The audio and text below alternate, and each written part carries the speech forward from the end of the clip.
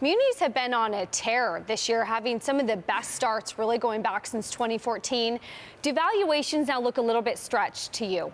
That's a great question. Munis have been on a bit of a tear, as you put it, and it's not just this year. If we go back to November of 2018, munis have been doing well since November, up almost 4% when we look at the return from November until year to date. So, the question becomes, are valuations stretched? And on different parts of the curve, they measure differently. On the front end and in the front intermediate part of the curve, they are a bit stretched. On the longer end of the curve, there is more value.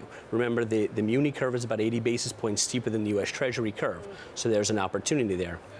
But whenever you have consecutive months of back-to-back positive performance, we get into an environment like this. I think the market's looking for some type of a pullback to get some money off the sidelines. Now, it's really interesting because so much of this market, as we know, is supply and demand technicals. And coming in, you get this January effect where demand really overpowers and sort of leads to a rally.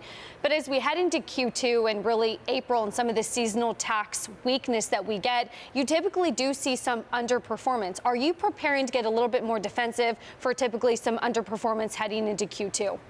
Coming into the year, we were talking about a more seasonally correct year in 2019 compared to some of the disruptions we had in 2017, 2018.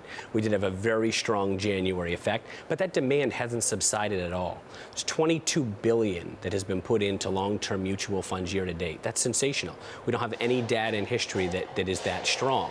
So with retail back in the market in such a fantastic way, we're thinking that some of this seasonal weakness that would tend to leak in here in March and April may be a bit subdued. Again, the market looks for a backup here to maybe put more money to work, come off the sidelines. Whether it gets it or not is still the question, given how strong retail demand has been for the asset class.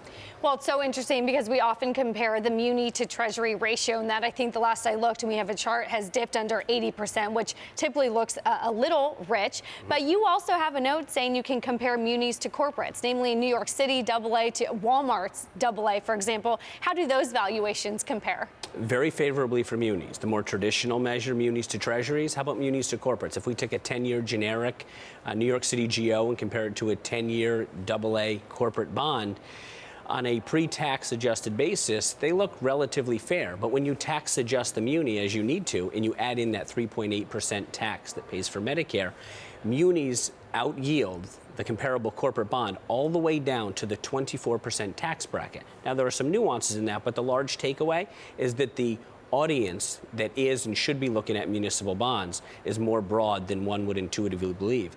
We think that as individuals and investors are having conversations around tax time, this is going to become evident to a broader audience, and that demand will continue even through tax time.